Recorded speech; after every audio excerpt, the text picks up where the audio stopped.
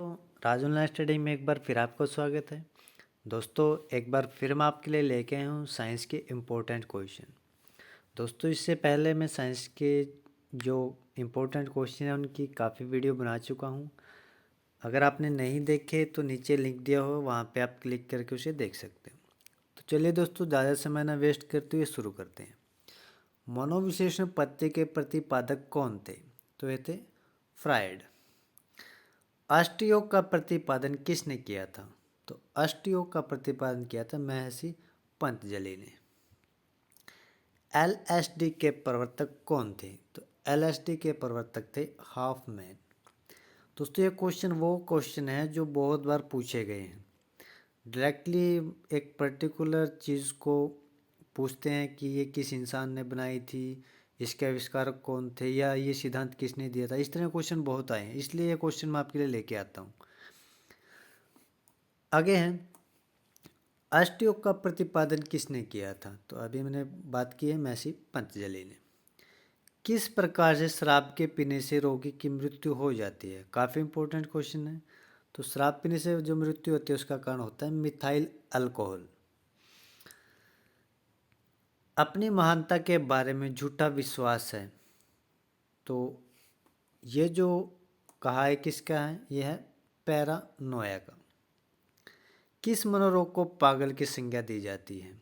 उसे बोलते हैं साइकोसिस। यानी जो इंसान का दिमाग है वो ठीक तरह से काम जब नहीं करता है तो उस मनोरोग के व्यक्ति को साइकोसिस बोलते हैं। जिस व्यक्ति को सूर्य का प्रकाश नहीं मिलता तो वह रोगी होता है, तो उसे बोलते हैं रिकेट्स के रोगी। इटाई रोग शरीर के किस तत्व की अधिकता से होता है? बहुत बार पूछा गया क्वेश्चन है ये। तो इटाई होता है कैंडियम की अधिकता के कारण। जयपुरी पैर का आविष्कार किसने किया था? ये किया था डॉक्टर सेठ ने। आगे है, कौन सा एक रोग जीवाणु द्वारा कारित होता है और मक्खियों द्वारा विशिष्ट के माध्यम से फैलता है? तो होता है टाइफाइड। कौन सा रोग कीट वाहिनी रोग नहीं है? तो वो बेरी।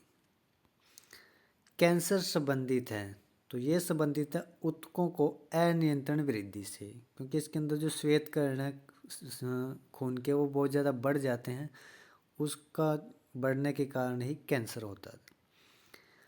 आधुनिक चर्म रोग उद्योगों में कौन सी भारी धातु पाई जाती है? तो विषैली होती है। बहुत बार पूछा गया इंपॉर्टेंट क्वेश्चन दोस्तों, और बार बार पूछा जा रहा है।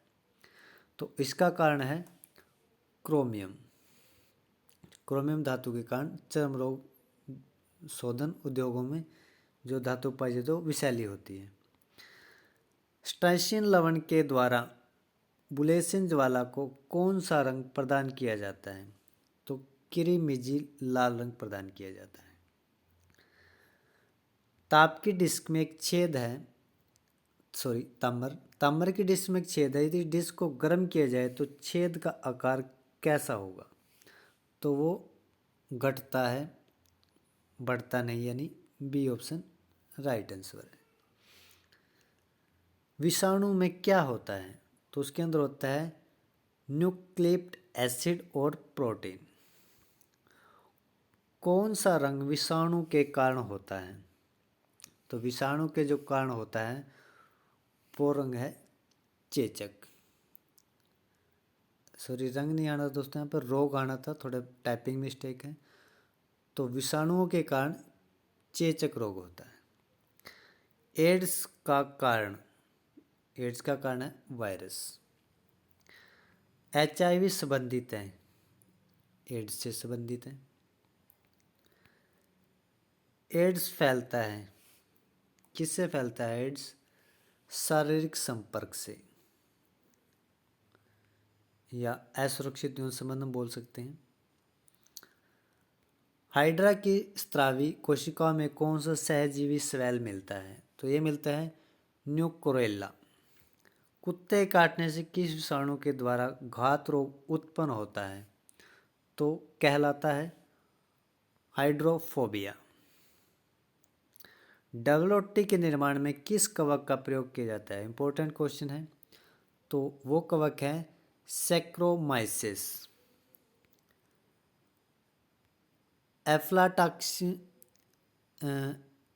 एफ्लाटॉक्सिन, तो ये क्या चीज़ है? ये कवक द्वारा उत्पन्न विष है, एक तरह का जहर है।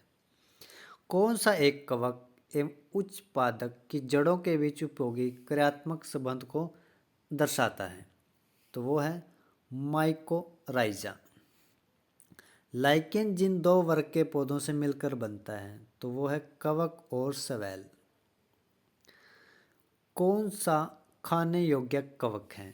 तो खाने योग्य जो कवक है वो है एग्रिकस। लाइकेन सूचक होते हैं किसके? वायु प्रदूषक के। जो लाइकेन है वो वायु प्रदूषक के सूचक होते हैं। गद्दे में लाल सघन रोग उत्पन्न होता है, तो किसके द्वारा उत्पन्न होता है? तो ये उत्पन्न होता है कवकों के द्वारा। पीलिया में दुष्प्रभावित होता है, तो क्या चीज़? यकृत है, वो सबसे ज़्यादा डैमेज होता है पीलिया रोग के अंदर। रुधिर में श्वेत कण कोशिकाओं को अत्यधिक मात्रा में उपस्थित रोग विज्ञान की भाषा में उसे क्या कहते हैं? तो उसे बोलते हैं ल्यूकेमिया, जिसे हम कैंसर बोलते हैं। कौन सा विटामिन बी कॉम्प्लेक्स समूह से संबंधित नहीं है? तो वो है रेटिनॉल। आनुवंशिक रोगों में से कौन यौन संबंधित है? इंपॉर्टेंट क्वेश्चन है। तो वो है हीमोफीलिया। मनुष्य में पाचन क्रिया कहाँ आरंभ होती है? तो ये मुख से शुरू होती है जो पाचन क्रिया है। लिप्रोसिस बेलिसिस का आविष्कार किसने किया था? तो ये किया था हेनसेन ने। आनुवंशिक किससे संबंधित है? तो आनुवंशीय जो आनुवंशिकता से संबंधित है। जनसंख्या के अध्ययन को क्या कहते हैं? तो उसे बोलते हैं डेमोग्राफी। मोलस्का समुदाय के जंतुओं के कवच का अध्ययन क्या कहलाता है? तो वो कहलाता है कोनकोलॉजी। कैंसर संबंधी रोगों के अध्ययन क्या कहलाता है? उसे बोलते हैं कोकोलॉजी। और अगर नसों का और रीढ़ की हड्डी की जो नसें उनसे संबंधित बात करें उसे बोलते हैं न्यूरोलॉजी।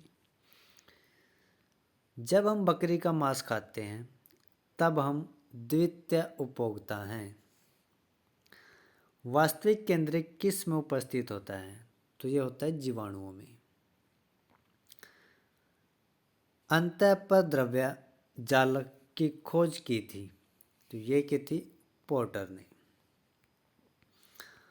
प्रोमैक्स सेल डेथ का कोशिकीय एवं आणविक नियंत्रण क्या कहलाता है? तो उसे कहते हैं एंजिक। कोशिका भित्ति होती है, तो ये होती है प्रागम्य, यानी बी ऑप्शन। पादप कोशिकाओं का सबसे बाहरी आवरण क्या कहलाता है? उसे बोलते हैं कोशिका भित्ति। कोशिकाओं को एक निश्चित रूप प्रदान करती है, तो उसे बोलते हैं कोशिका भित्ति। वंशागति की इकाई है, तो उसकी इकाई है जीन। आगे है, जीन शब्द का सर्वप्रथम प्रयोग किसने किया था? तो जीन शब्द का जो सबसे पहले प्रयोग किया था वो किया था जोहानसन ने। हरगोविंद खुराना किस आविष्कार के लिए सम्मानित किया गया था? तो हरगोविंद खुराना को दिया गया था जीन संश्लेषण के लिए सम्मानित किया गया था। खरीफ फसल कौन सी है इसके अंदर? तो धान है जो खरीफ की फसल है। जायद फसलों की पैदावार मुख्यतः कितने महीने में होती है? तो ये होती है मार्च और जून के बीच में जायद फसलों की पैदावार होती है। हरित क्रांति और श्वेत क्रांति क्रमशः संबंधित है, तो किससे संबंधित है? ये खाद्यान्न और दूध से संबंधित है। आगे है, सब्जियों का उगाना तथा उनके रखरखाव का अध्ययन क्या कहलाता है? उसे बोलते हैं ओलिकल्चर। नाइट्रोजन स्थिरीकरण जीवाणुओं सहित जड़ कोशिकाएं उपस्थित होती हैं, तो वो होती हैं चने के अंदर। पौधों के लिए अधिक मात्रा में आवश्यक तत्व कौन सा है? तो वह नाइट्रोजन। मोम की प्राप्ति निम्नलिखित में से किस से होती है? तो वो होती है श्रमिक से। एग्रीकल्चर निम्न में से कौन सा है? तो वो है मधुमक्खी। मवेशी प्रजनन सबसे उपयुक्त विधि है, तो किसकी है? वो कृत्रिम गर्भाधान की उपयुक्त विधि है। गंदी कीड़ा किसका नाशक जीव है? तो यह है धान का। रस्ट किस पौधे का कवकीय रोग है? तो ये गेहूं का है। तो गेहूं के पौधे में रस्ट रोग उत्पन्न होता है। आगे अवांछनीय पौधे कहलाते हैं, उन्हें बोलते हैं खरपतवार। सभी जंतुएं हैं, क्या है? वो परपोषी हैं। नाइट्रोजन स्थिरीकरण जीवाणु सहित जड़ ग्रस्थित उपस्थित होता है, किसके अंदर होता है? अभी हमने बात की चने के अंदर। आगे है सब्जियों को उगाना और उनके रखरखाव अध्ययन क्या कहलाता है? ये क्वेश्चन अभी रिपीट हुआ है दोस्तों, ओलिकल्चर। कौन सा कीट एक सामाजिक प्राणी है? तो सामाजिक प्राणी है वह मधुमक्खी। मानव के शरीर में पाया जाने वाला सबसे बड़ी कोशिका कौन सी है? इंपॉर्टेंट क्वेश्चन है। तो तंत्रिका तंत्र की जो कोशिकाएं हैं वो सबसे बड़ी कोशिकाएं हैं मानव शरीर के अंदर। कोशिका शब्द का सर्वप्रथम इस्तेमाल किसने किया था? तो ये किया था रॉबर्ट हुक ने। कोशिका सिद्धांत का प्रतिपादन किसने किया था? तो ये प्रतिपादन किया था साइलाइडेन एम शान द्वारा। भोजन के सभी तत्वों को संतुलित मात्रा में प्रतिदिन लेने को क्या कहते हैं? तो अगर हम संतुलित मात्रा में भोजन कर रहे हैं तो उसे क्या बोलेंगे? उसे संतुलित आहार बोलेंगे। छोटी चेचक बीमारी रोगाणु है, तो किसकी वजह से? वो विषाणु की वजह से है। आगे है स्वाइन फ्लू शरीर के किस तंत्र को प्रभावित करता है? तो ये श्वसन तंत्र को प्रभावित करता है स्वाइन फ्लू। जीवित कोशिकाएं और यांत्रिक बल प्रदान करती हैं, तो क्या प्रदान करती हैं? कोलेन काइमा। पौधे में द्वितीय वृद्धि के लिए उत्तरदायी होता है, तो क्या उत्तरदायी होता है? वो होता है लेंट्रल मेरिस्टेम। लिग्निन युक्त मृत कोशिकाएं हैं, उन्हें कहते हैं स्केलेरेन काइमा। मृत कोशिकाओं द्वारा निर्मित होती है, उनसे निर्मित होती है एपिडर्मिस। सिलिएटिस एपिथेलियम उपस्थित होते हैं, तो किसके अंदर उपस्थित होते हैं? ये होते हैं ट्रकिया में। आइस्टोब्लास्ट उपस्थित होते हैं, तो ये उपस्थित होते हैं लैमिला में। तो ये थोड़े टफ क्वेश्चन आपको टफ लग रहे होंगे, लेकिन दोस्तों क्वेश्चन पूछे जाते हैं इस तरह से। और अगर आप कोई अच्छे पेपर की तैयारी कर रहे हैं तो आपको ये क्वेश्चन, ऐसे क्वेश्चन याद रखने ज़रूरी हैं। आप एसएससी हो, बैंक हो, पीओ का हो, या आप रेलवे की तैयारी कर रहे हैं, तो ऐसे क्वेश्चन आए हैं और आने की संभावना है। तो आपको साइंस के क्वेश्चन इस लेवल तक तैयारी करके जाना पड़ेगा। लिंगामेट द्वारा आपस में जुड़ते हैं, तो आपस में क्या जुड़ते हैं? पेशीय अस्थियों से वो जुड़ते हैं। रुधिर के द्रव्य भाग को क्या कहते हैं? उसे बोलते हैं प्लाज्मा। स्मूथ पेशियां उपस्थित होती हैं, तो वो इन तीनों में उपस्थित होती है, यानी सभी में। पादप उक्तों में परिपक्वता की अवस्था में जीवित प्रोटोप्लाज्मा का अभाव होता है, तो जो प्रोटोप्लाज्मा का अभाव होता है वो होता है स्केलेरेन काइमा में। संयोजक ऊतक में पाए जाने वाले स्वेद तंतुओं का निर्माण होता है। ये होता है कोलेजन तंतुओं द्वारा। टेंडन के द्वारा आपस में जुड़ते हैं, तो ये पेशीय अस्थियों से जुड़ते हैं। एरिकोलर ऊतक मौजूद होते हैं संयोजिक ऊतकों के बीच। फ्लोएम का कार्य, फ्लोएम का जो कार्य है वह भोजन का संवहन करना। रेखीय पेशियाँ उपस्थित होती हैं, तो ये होती हैं इन तीनों में, हाथ, गर्दन और पैरों में, यानी सभी में। ब्रास बॉर्डर एपिथेलियम पाए जाते हैं, ये पाए जाते हैं छोटी आंत में। ये लंबी अस्थि से दूसरी अस्थि के एक सिरे से जुड़े होते हैं, यानी एक अस्थि से दूसरी अस्थि तक हड्डी से जुड़े होते हैं, उन्हें बोलते हैं, ये होते हैं लिगामेंट द्वारा।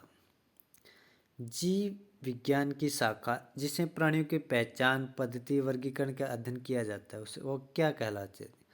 उसे बोलते हैं टैक्सोनॉमी। टैक्सोनॉमी का जनक किसे कहा जाता है? वो है मेडल। वर्गीकरण की मूल इकाई, ये क्वेश्चन बहुत बार आया दोस्तों। वर्गीकरण की जो मूल इकाई है वो है स्पीसीज। सवाल किससे संबंधित है? तो सवाल इन तीनों से संबंधित है, यानी डी ऑप्शन।